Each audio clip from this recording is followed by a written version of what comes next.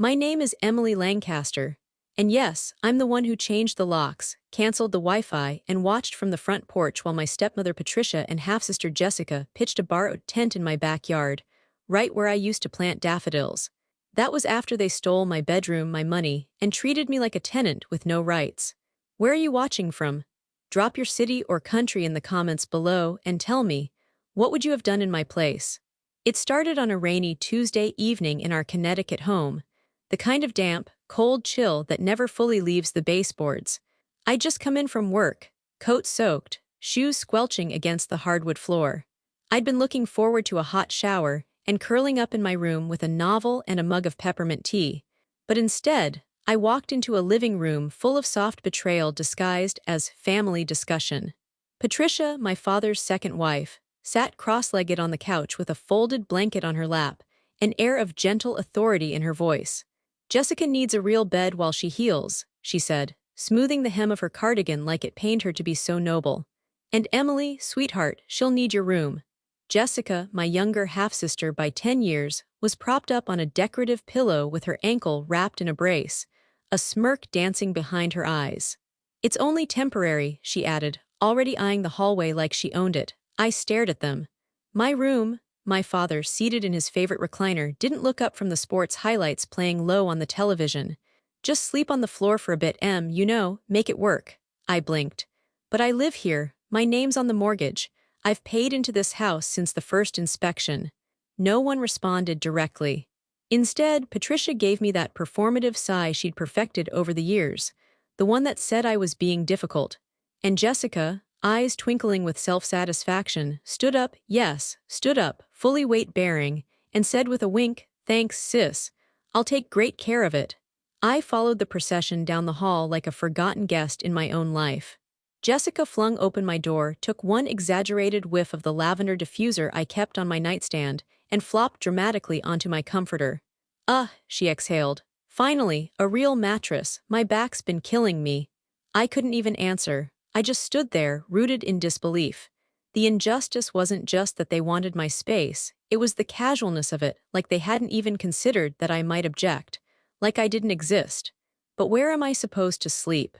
I managed finally, my voice thinner than I expected. Patricia clucked her tongue.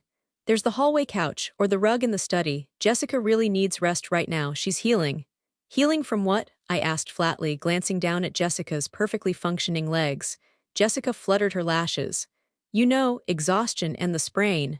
I didn't argue, not out loud. There was no point. But something inside me, something cold and deliberate, began to click into place. Without a word, I turned around, walked to the linen closet, and pulled out the thinnest throw blanket I could find.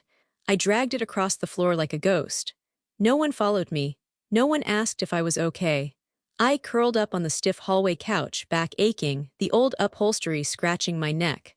Through the paper-thin walls, I could hear Jessica's laughter echoing from my room. My name might have been on the mortgage, but in this moment, it felt like my existence had been erased. And I couldn't shake the growing suspicion. This wasn't temporary. This was a shift, a line crossed, a power claimed, and I had just lost round one. 2 weeks had passed since I lost my bedroom, and with it something deeper, an invisible line of dignity that had quietly held me together. The house hadn't erupted into chaos as I secretly hoped it might. No screaming matches, no dramatic apologies, just an eerie calm like I had become wallpaper. Faded, expected, ignored. I still slept on the hallway couch. The throw blanket barely covered my legs, and the hallway lamp flickered every few minutes like it was mocking me. I kept a box of my clothes tucked under the end table, and I'd drag it into the bathroom each morning before work like a tenant trying not to upset the landlord. But I'd made a decision, one so silent, so subtle, no one even noticed. I stopped paying my share of the mortgage. At first, it felt terrifying. The payment reminder popped up on my phone like a phantom guilt trip, and I hovered over the send button for 10 minutes straight. But then I remembered Jessica's voice floating through the wall, chirping about the new silk curtains she'd ordered on my Amazon account. No one said anything about the money. Not Patricia. Not my father. Not even a passive-aggressive sticky note left on the fridge, which was usually Patricia's weapon of choice. Instead, the house just kept functioning, without thanks, without questioning, as if I was only good for disappearing and funding their lives from the shadows. One Friday night, I came home from work to find empty Thai takeout containers strewn across the kitchen island. Not just one or two, but 7. Crumpled napkins, extra sauces oozing across the marble, half-empty smoothies with lipstick stains on the straws. Patricia called from the living room, where her feet were propped on my coffee table. "Emily, we're ordering Thai again. You want in?" No offer to split the bill. No mention of who'd paid last time, which had been me, of course. It always was. I didn't answer. Just moved to the fridge, pulled out a half-empty yogurt cup, and pretended not to hear the gurgle of the blender Jessica had left on the counter, its base still sticky from whatever fruit-flavored monstrosity she'd concocted. In the hallway, I paused near my old bedroom. The door was shut, but from behind it came the unmistakable sound of Jessica's voice yelling at the TV. Hey, commercials. Seriously, where's the skip button? My TV, my streaming accounts, my blackout curtains even, they'd replaced the doorknob with a pink one. I'm not even exaggerating, Jessica shouted through the door, oblivious. This mattress, a cloud, I'm finally sleeping like a human being. I just stood there for a moment, frozen by how surreal it all felt. Like I was watching a performance, one where everyone had rehearsed the lines except me. When I turned around, I caught my father at the end of the hallway. He was holding a box of tissues and 2 bottles of cold-pressed juice. Without saying a word, he knocked on the bedroom door and slipped inside. I heard Patricia laugh. Jessica squealed. Then the door shut again. Back on the couch, I laid down fully dressed, one hand under my head, the other resting over my chest as if to keep it from splitting open. They were dining on my dignity. Every bite of pad thai, every careless Amazon delivery, every giggle from behind my stolen bedroom door, it all screamed the same thing: you don't matter here. And maybe that would have broken me once. Maybe I would have cried into my pillow and quietly upped my next mortgage payment, hoping they'd feel guilty enough to throw me a bone. But now I was watching, taking notes.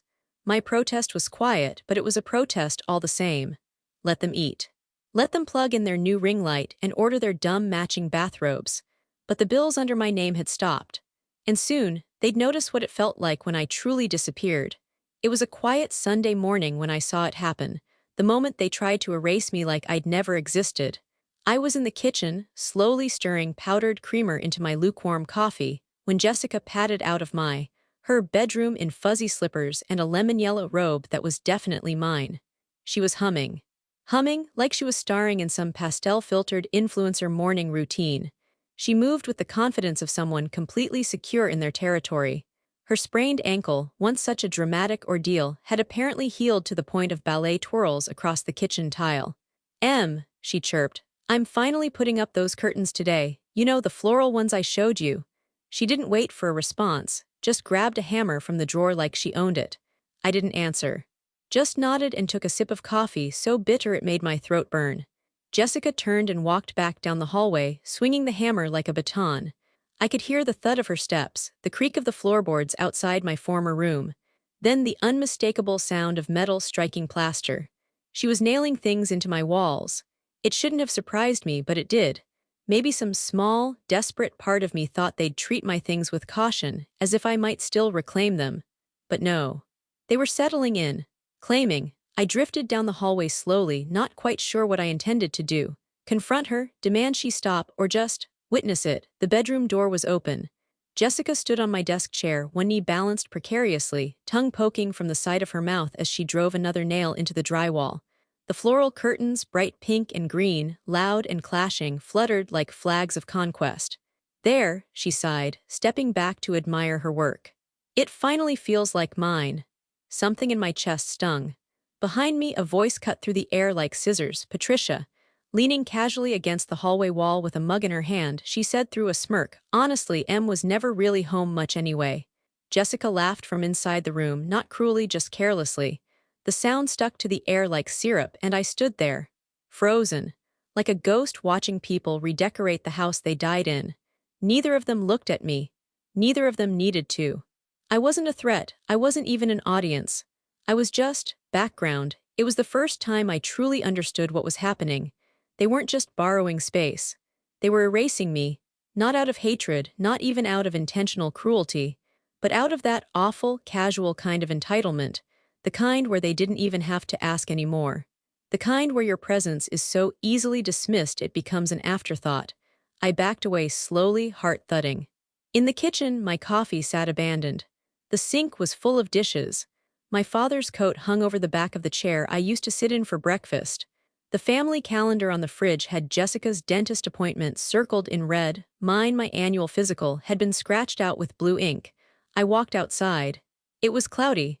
The kind of cold where you can see your breath even in midday. I sat on the porch steps, pulled my knees to my chest, and stared at the gravel. I don't know how long I sat like that. Long enough for the cold to numb my fingers, long enough to hear the hum of Jessica's music vibrating through the window. Part of me wanted to scream. Part of me wanted to burst through that door and tear those hideous curtains down, drag Jessica out by the collar of that lemon-yellow robe and shout, "This is mine. You don't get to rewrite me out of my own home." But I didn't. I just sat there. And something else began to stir, quiet and cert. I didn't need to scream.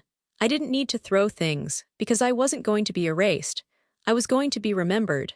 Every light, every bill, every device in that house ran because of me. They just hadn't realized how much of the house I was. Yet, it was a Wednesday night in late October when I finally stopped feeling like a ghost and started acting like a homeowner again. The house was warm, golden light spilling from every room. Jessica was inside my former bedroom, binge-watching some medical drama at full volume. Patricia was in the kitchen FaceTiming one of her friends, laughing about some neighborhood gossip.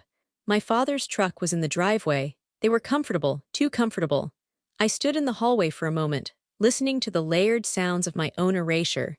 Then I walked into the small office nook off the dining room, the space no one ever used because it didn't have good lighting for selfies.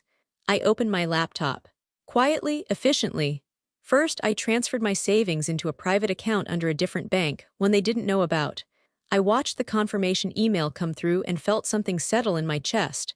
Then I opened the utilities dashboard. Electricity, water, gas, internet, every single one in my name. I stared at the account summaries for a long time. Payment history, automatic withdrawals, months and months of silent support. They were dining on my dignity, I murmured under my breath. Let's see how they like fasting. From down the hall, Jessica's voice floated out. Mom, the Wi-Fi keeps glitching. Patricia's heels clicked against the tile as she walked toward the router. It's probably the storm rolling in, she said dismissively. I logged into the internet provider portal. I clicked cancel service. A small pop-up appeared. Are you sure you want to discontinue service effective immediately? I didn't hesitate. Yes. The router lights blinked twice, then went dark. Mom, Jessica shrieked. It just cut out completely. I closed my laptop and leaned back in the chair, folding my hands calmly in my lap. Footsteps thundered down the hallway. Patricia appeared first, holding the router like it had personally offended her. Emily, did you touch this? I looked up evenly. Touch what? The internet is out. Must be an outage, I replied, tilting my head slightly. You know how unreliable providers can be. Jessica stormed in behind her, remote in hand. I was in the middle of a finale. Do you know how long I've been waiting for that episode? I shrugged. No idea. My father walked in last, slower, frowning. Call the company, Patricia scoffed. It's probably just a temporary disruption. I nodded. Probably.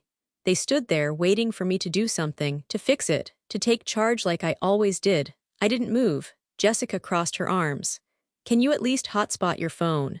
I met her eyes. No, her jaw dropped. Why not? Because I don't feel like it. Silence. It wasn't dramatic, it wasn't explosive, but it was different. For the first time, I wasn't scrambling to make their lives easier.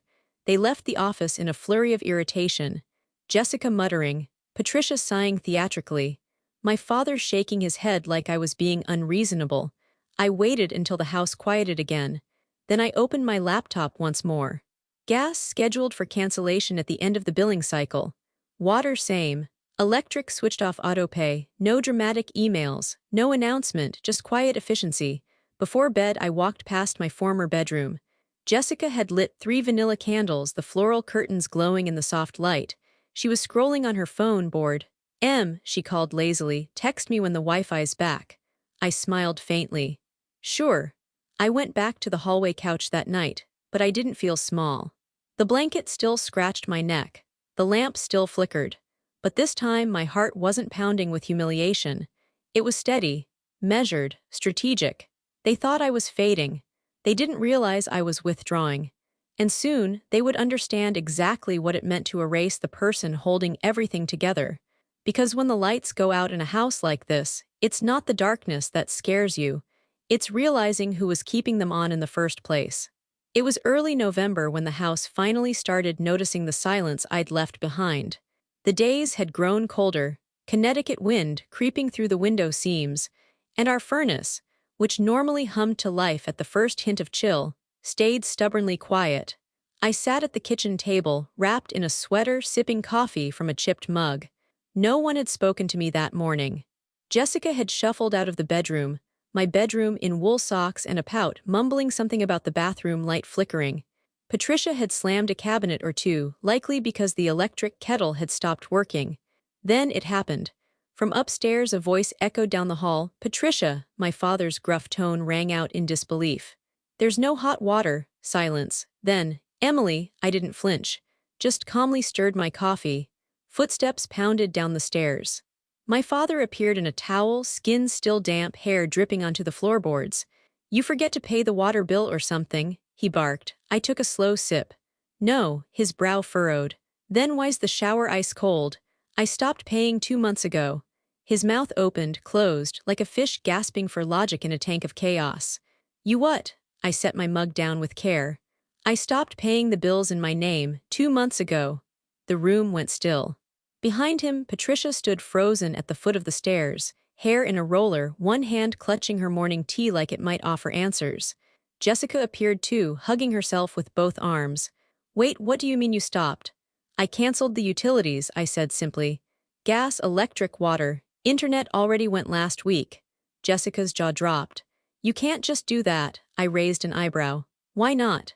"Because we live here," Patricia snapped, stepping forward. "You can't just shut off services for a house your entire family lives in." I tilted my head. "My name is the only one on the accounts. I've been paying for everything while you three redecorated and door-dashed your way through my income." It felt unbalanced.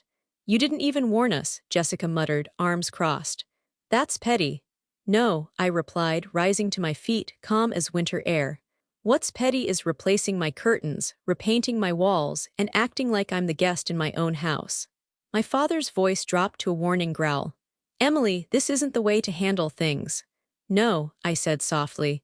"But it's the way I chose, after being ignored, dismissed, and told to sleep on the floor like I didn't matter."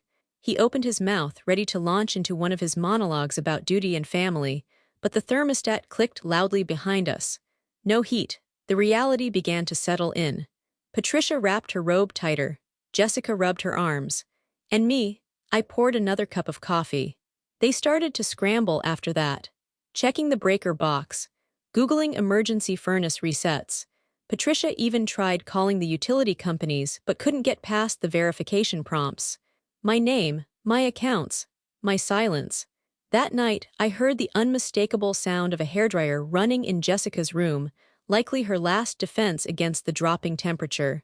My father slept downstairs on the recliner, buried under 2 comforters. Patricia muttered to herself while trying to light one of the old emergency candles I kept in the garage.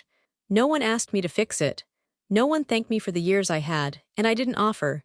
Because when people strip you of space, of comfort, of the most basic human dignity, you don't owe them warmth. Not even in November. By the 3rd night without heat, the silence in the house had changed. It wasn't dismissive anymore. It was charged, tight, buzzing, like the air before a thunderstorm. The kitchen was unusually quiet that morning, save for the low hum of the fridge, which still worked for now. I was pouring coffee when I heard a series of stomps, followed by the uneven shuffle thud of someone limping. Jessica. She burst into the room wrapped in a chunky knit blanket, her hair pulled into a high, irritated bun. Her usual pout had been replaced by a scowl of pure rage. She was clutching her lower back with one hand, the other bracing against the counter. "You're ruining my recovery," she snapped. I didn't respond. She yanked open the cupboard and slammed it shut again. "I can't even shower. I slept in a sweater and gloves last night. You're being cruel, Emily." I looked over the rim of my mug. "You seem to be walking fine." She froze. The limp paused only for a second, but it was enough. Her performance flickered like a bad signal.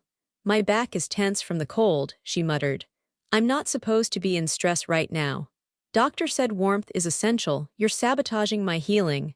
From the doorway, Patricia entered, arms crossed tightly, still in her satin robe layered under a puffer vest. This has gone far enough. Oh, I replied. You've made your point, she said through clenched teeth. But this passive aggression is toxic. You're taking things too far. Jessica is injured. Injured people don't usually dance around their room at midnight with scented candles, I said evenly. Jessica flushed. I was stretching. I'm sure, I replied, Patricia's mouth pressed into a thin line. We've supported this family together for years. You can't just shut off basic human needs to prove a point. I set my mug down and stood. Let's talk about support, shall we? My voice was calm, too calm. I gave up my room without consent for a temporary situation. I've paid nearly every utility bill for the last 11 months. I bought groceries, fixed the plumbing, cleaned up messes that weren't mine. And in return, you made me sleep on a couch, act like I didn't exist, and watch you redecorate my bedroom while you giggled in the hallway. Patricia's eyes narrowed. We thought you were being generous. No, I said. You decided I would be, Jessica scoffed. You're so dramatic. I looked at her, hard. I'm the kind of daughter who slept on the floor while you redecorated her room with her own money. The words hit the room like a slammed door. For a moment, no one spoke. Even the fridge seemed to hush. Patricia blinked. Jessica's arms dropped to her sides, her posture collapsing. My father's voice came from the hallway, low and gruff. That's not fair. I turned slowly. He stood in his slippers, arms crossed, wrapped in an old flannel blanket. You're punishing the whole house because you're upset. That's not how families work. No, I said. Families don't work when they treat one person like a utility. His jaw clenched, but he didn't argue. And I realized something. They weren't mad because they thought I was wrong. They were mad because they couldn't control me anymore. Jessica huffed. You've changed, I smiled faintly. Yes, I have. Patricia stepped forward, softening her tone. Emily, maybe we got a little too comfortable, but surely you can see how this looks. I see it clearly now, I said, too clearly. I picked up my coffee, walked past them both, and stood near the front window. Outside, the sky was gray. Bare branches swayed against the wind. November had arrived like a whisper of winter, and the house was colder than it had ever been. But for the first time, I felt warm. I wasn't just standing my ground anymore, I was reclaiming it. It was a Thursday afternoon when I quietly left the house. No announcement. No slammed doors. Just me, my work tote, and a packed overnight bag I'd stashed in the backseat weeks ago, just in case. The living room was filled with tension-laced silence. Jessica had taken to sulking in her fortress of fleece blankets, the TV on but volume low, while Patricia wandered the house in thick socks, wrapped in a blanket like a fallen queen. No one asked where I was going. No one offered a goodbye. And that was fine, because I had someone to talk to who actually listened. The local cafe near my office was dim and warm, the scent of roasted beans and cinnamon lingering in the air. I slid into a booth near the back where Lisa was already waiting, 2 steaming mugs in front of her and that no-nonsense kindness in her eyes. Lisa and I worked together at the accounting firm. She was 5 years older, fiercely competent, and had an uncanny ability to read me without needing explanations. You look like you've been living in a draft, she said gently, sliding a mug toward me. I have, I murmured, curling my fingers around the cup. And it's not just the cold, it's like. They don't even see me anymore, Lisa. Like I've become this live-in utility. Heat when they want it, Wi-Fi, groceries, but not a person, not a daughter, not a sister. She didn't say anything right away, just let me breathe through the quiet. I took a sip. The tea was herbal, chamomile with a hint of lemon. I stopped paying, I admitted. Everything, water, heat, internet, I cut it all. And now they're furious, acting like I betrayed them. Lisa's lips twitched, almost a smile. Let me guess, she said. Now you're the selfish one. I nodded, eyes stinging. They've rewritten the story. I'm cruel, I'm heartless, I've changed. But the only thing I've really changed is the part where I keep silently sacrificing my own sanity for people who act like I'm optional. Lisa leaned forward, resting her elbows on the table. Let me tell you something I wish someone had told me 5 years ago, she said. There is nothing selfish about setting boundaries. What's selfish is expecting someone to fund your lifestyle while erasing their humanity. Her words hit deep, deeper than I expected. And if you need a door that locks, she added, voice gentler now, you can use mine. I blinked. What? My guest room, she said, sipping her tea. It's small, the window sticks, but it's warm, quiet, yours for as long as you need. Emotion caught in my throat like a splinter, I swallowed hard. I don't want to be a burden, I said. You wouldn't be, Lisa smiled. You'd be a guest, and you deserve to be treated like one. Later that night, I stepped into her house, a modest bungalow just outside town, and felt an unfamiliar sensation settle into my chest. Relief. No cold shoulders. No passive-aggressive tension clinging to the walls. Just soft lighting, the scent of lavender from a diffuser, and the gentle hush of a home not built on guilt. Lisa showed me the spare room. The bed was made. There were folded towels at the foot, a little basket with toiletries, and a sticky note on the mirror that read, "Yes, this is your space." I stood in the doorway for a long time, unable to speak. Lisa leaned against the frame. "You can stay for a day or a month, no questions, no pressure." I finally exhaled, my shoulders dropping for the first time in what felt like forever. "Thank you," I said. My voice cracked a little. Lisa just nodded and disappeared into the hallway. Later, as I curled up in the unfamiliar bed, I let myself cry, not out of pain, but because of something I hadn't felt in months. Safety. And as I drifted into sleep, I knew this wasn't running away. It was starting over. 3 days after I moved in with Lisa, a letter showed up at the old house. Of course, I wasn't there to open it. But Lisa forwarded me a blurry photo her neighbor had snapped from his front porch, Patricia, standing in the middle of the yard in her slippers, shrieking at the sky with a crumpled envelope in her hand. The next photo was even better, Jessica sitting on the porch steps, head in her hands like a teenager grounded for life. It didn't take long for the phone to ring. Blocked number. I let it go to voicemail, then another, and another. Finally, curiosity won out. I pressed play. Emily. Patricia's voice was brittle, panicked. "A final notice just came from the mortgage company. Final, you didn't tell us things were this far behind. This is serious. You've doomed us." Doomed us, I mouthed. I hadn't doomed anyone. I had simply stopped holding up a house full of people who refused to acknowledge I was the one keeping the roof intact. But now it was crumbling. A second voicemail arrived an hour later, Jessica barely holding it together. "This is your fault," she snapped, voice shaking. "You didn't tell anyone the payments were due. You just let it sit, and now we're about to lose the house. I can't, my back is acting up again. You've ruined everything." No mention, of course, of the countless Amazon packages, the Thai delivery orders, the canceled utilities, just blame, sharp and fast and misplaced. That night, I sat in Lisa's guest room with my laptop open, the letter now emailed to me in full. Final notice before foreclosure. 30 days to resolve the outstanding balance or face legal proceedings. I had to laugh, quiet, bitter laughter. My name was on the mortgage, their names were on nothing, and yet they lived like they owned the place. Lisa knocked softly and entered with a plate of warm cookies. "Everything okay?" I turned the screen toward her, her brows lifted slightly. "That's not unexpected." "They didn't even ask," I said quietly. "For months, they just assumed. I carried it all, Lisa. The heat, the bills, the taxes. They didn't even know who the mortgage company was. And now that it's real, now they're panicking." Lisa sat beside me. "You didn't let it fall apart. They did. You just stepped away." I nodded, but something still twisted inside me. "I know it's not my fault," I murmured. "But it still feels like I broke something. Like walking away made me responsible for what collapsed." Lisa handed me a cookie. Or maybe walking away revealed what was already broken. Later that evening, Jessica finally texted me. Not an apology, not a question, just, "The house is going under because of your ego. Hope your new place is worth it." I stared at the screen, numb. Then typed back, "You relied on me like I was invisible. Now you'll see what happens when I actually disappear." I hit send. Then I turned off the phone, placed its screen down on the nightstand, and climbed into bed. The heat was steady. The door was closed. And for the first time in weeks, no one yelled my name from the hallway. The morning after sending that text to Jessica, I didn't feel guilt. I felt clarity.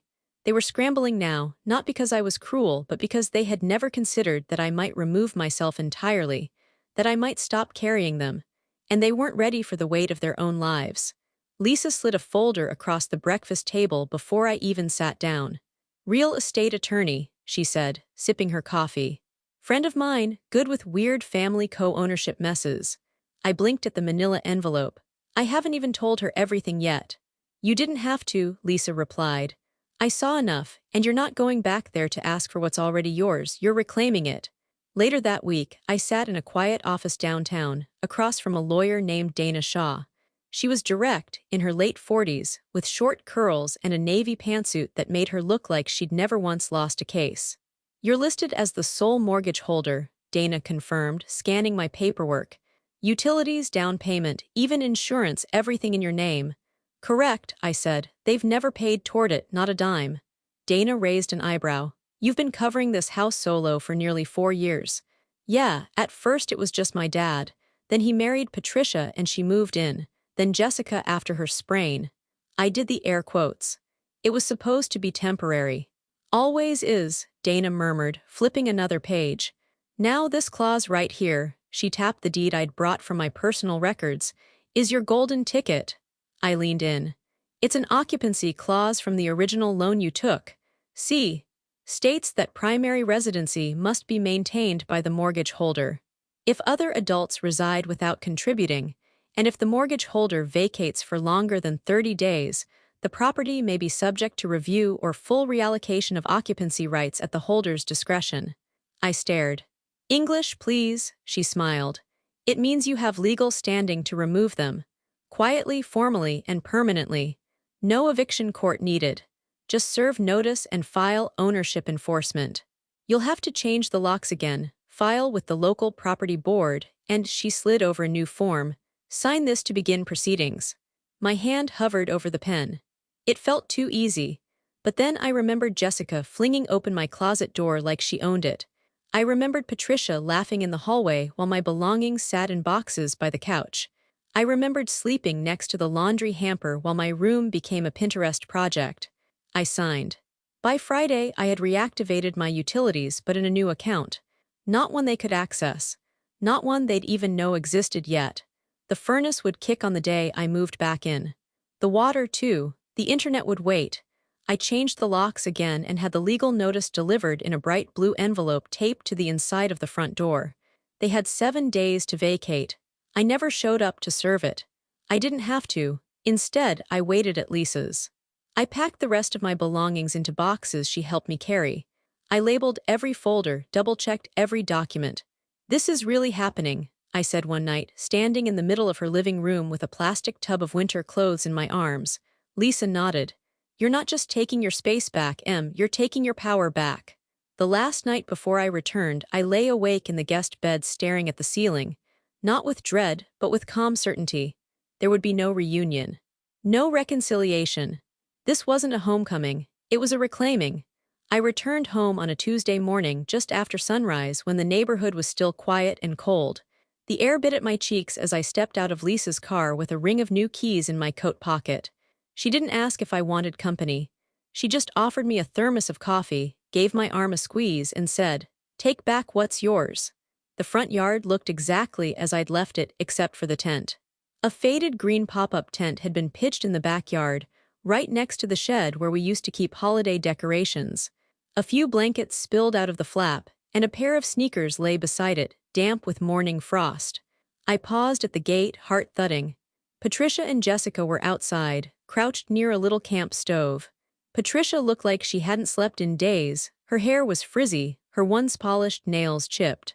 Jessica was wrapped in a hoodie 3 sizes too big, arms hugging her knees as she tried to sip from a travel mug with shaking hands.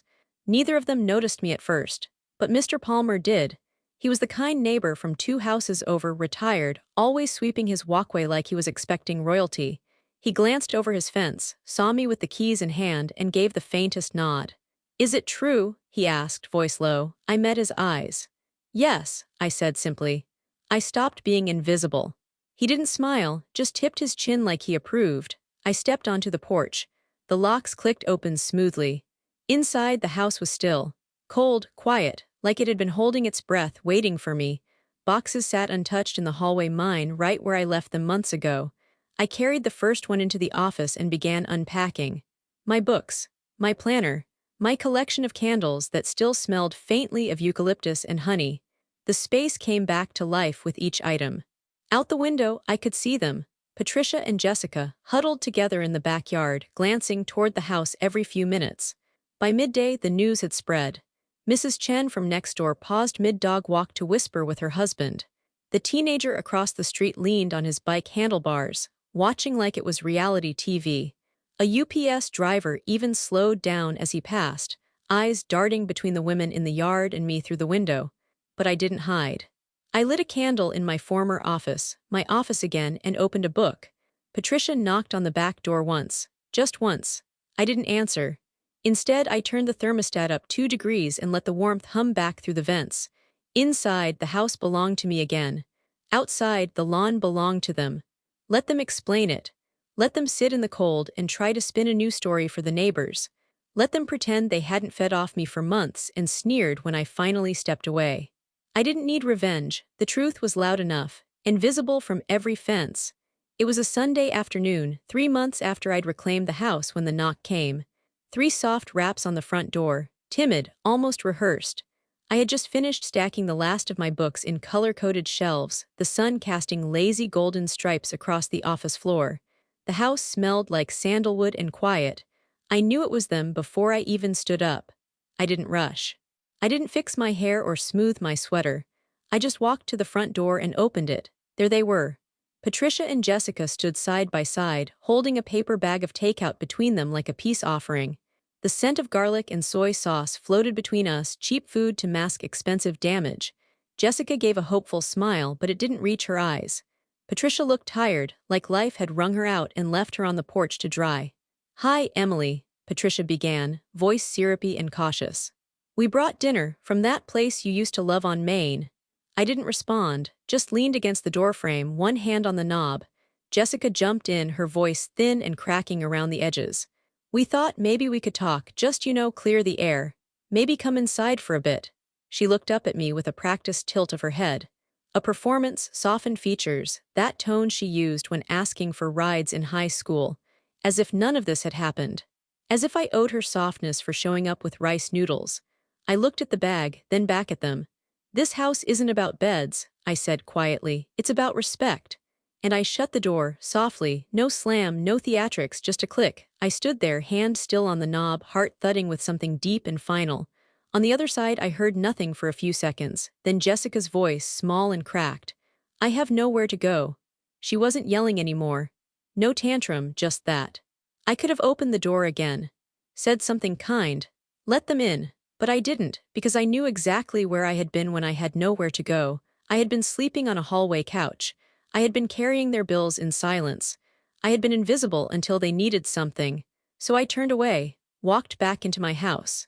In the kitchen, I poured myself a glass of water and lit a candle. The kind Jessica used to mock for being too earthy. I sat on the couch, my couch, in the living room, no longer covered in Patricia's velvet throws or Jessica's glittery throw pillows. Outside, the car engine sputtered. Then silence. I never watched them leave, because they didn't matter anymore. I didn't need to chase closure. I was the closure. And it was finally quiet enough for me to hear myself breathe. It's amazing how loud peace can feel when you've spent so long surrounded by noise. The house, my house, no longer hummed with complaints or clashing voices. No more footsteps stomping through hallways, no TV blaring at all hours, no doors flung open without knocking. Just the soft crackle of the fireplace, the gentle hum of the fridge, the sound of my breath as I curled up on the couch with a book and didn't have to share the blanket. For weeks after that final knock, I kept expecting something. Another message, another plea, another storm of guilt in the form of half-hearted apologies. But they didn't come back. Not really. I heard from a neighbor that Jessica moved in with a friend across town. Patricia, no one was quite sure. Some said she was staying with her sister. Others claimed they'd seen her sleeping in her car behind the 24-hour pharmacy, but I didn't ask. And no one came to ask me either. The town had seen enough, and I had nothing left to explain. One Sunday morning, Lisa came over for brunch. She brought almond croissants from that little French bakery we both loved and wore her usual weekend hoodie that said unapologetic across the chest in bold white letters. We sat by the fire in the living room, plates balanced on our knees, and for the first time I let myself laugh about it all. "They really pitched a tent," Lisa said, shaking her head. "In your backyard, like some twisted glamping trip." I snorted. "They even brought a portable stove. I think they thought it'd last longer." Lisa clinked her mimosa against mine. "To boundaries." To homes built on boundaries, I corrected, not burdens, she grinned. You really don't miss them at all, I paused, considering. I don't miss who I had to be around them. That version of me, the one always saying yes, always minimizing myself to keep the peace. No, she's not welcome here anymore either.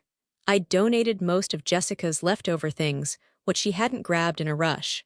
Patricia's dozens of decor items ended up in boxes I dropped at the church resale shop. The curtains came down. The walls were repainted. Every room felt like a page turned, a sentence rewritten. I even reclaimed my old office and turned it into a sanctuary. Not an office anymore. A reading nook, soft pillows, warm lighting, a small record player that spun Ella Fitzgerald as I journaled each night. It smelled of sandalwood, eucalyptus, and peace. The Wi-Fi back on. Thermostat holding steady. Utility bills, all mine, and somehow they felt lighter than when I was carrying the whole house. That's the strange thing about carrying people who pretend not to notice. When you finally put them down, the emptiness feels like freedom. Later that night, I stood at the back door and looked out at the yard. The grass was patchy where the tent had been, but in the corner I'd planted 2 small rose bushes. One bloomed deep red, the other blush pink. They'd take time to grow, but they were mine, rooted and cared for. I was done begging to be seen. Now I lived fully in the space I had earned, with my name on every bill, every room, every breath, and I was never going back. A year later, I stood in a circle of folding chairs, a styrofoam cup of lukewarm coffee in my hands, surrounded by women I'd never met, but somehow already understood. The shelter's community room was modest. Fluorescent lights buzzed overhead, and a faded mural of sunflowers stretched across the back wall. The women gathered here every Thursday, not just for warmth, but for a kind of quiet truth most people ran from, the aftermath of being erased, overlooked, used up. When I first came, I said nothing, just listened. But tonight, someone asked how I got here, and I finally told them. My name's Emily Forrester, I began, voice steady. And I used to live in a house full of people who only noticed me when I stopped keeping the lights on. A few women chuckled softly. Not because it was funny, but because they knew. I gave everything money, time, space. I slept on the floor in a home where my name was on the mortgage. I paid every bill while my family redecorated my room with their drama. And for a while I thought maybe if I was generous enough, quiet enough, useful enough, they'd see me. I paused, glancing down at the coffee in my hands. But they didn't. Not until I left. Not until the heat turned off. Not until they realized the silence wasn't me pouting, it was me disappearing. Across from me, a woman in her 40s with graying roots nodded slowly. Another wiped at the corner of her eye. I leaned forward, elbows on my knees. We talk a lot about survival here, but survival isn't just scraping by. It's remembering you matter before someone else convinces you that you don't. A young woman beside me whispered, "How did you finally walk away?" I smiled. I stopped asking for permission to exist. I found one safe place, just one person who said, "You're not crazy." And from there I took one step, then another. They asked questions. How long did it take? Did they ever apologize? Do you miss them? I answered what I could. I don't miss the people who made me small. I miss the idea of family, but not the cost of keeping it. Afterward, one of the counselors asked if I'd consider mentoring new arrivals. Just for coffee, she said. Just to listen. I said yes. Because I remember what it felt like to stand at the edge of your own life, unsure if you had the right to climb back in. Now, every Thursday, I show up. I don't offer advice, I offer presence. Sometimes I just sit beside a woman who's too tired to speak, and we breathe in the same space. Other times, I share more of my story. They only noticed me when I disappeared, I tell them, and that's when I realized I mattered most. Back home, the reading nook remains untouched. A sanctuary. No one walks through that door uninvited. No one steals my silence. The roses in the backyard bloomed early this year, and when I water them, I think of all the women who will one day sit in that shelter, hearts quietly breaking, wondering if it's okay to want more. It is. It always is. And that was the end of my story. I keep thinking about Lisa, the way she opened her door without hesitation and gave me space to breathe when even my own family wouldn't offer me a blanket. If someone you cared about showed up at your door with nothing but an overnight bag and a broken heart, would you have done what she did? Tell me in the comments. And don't forget to like the video and subscribe if this story stayed with you.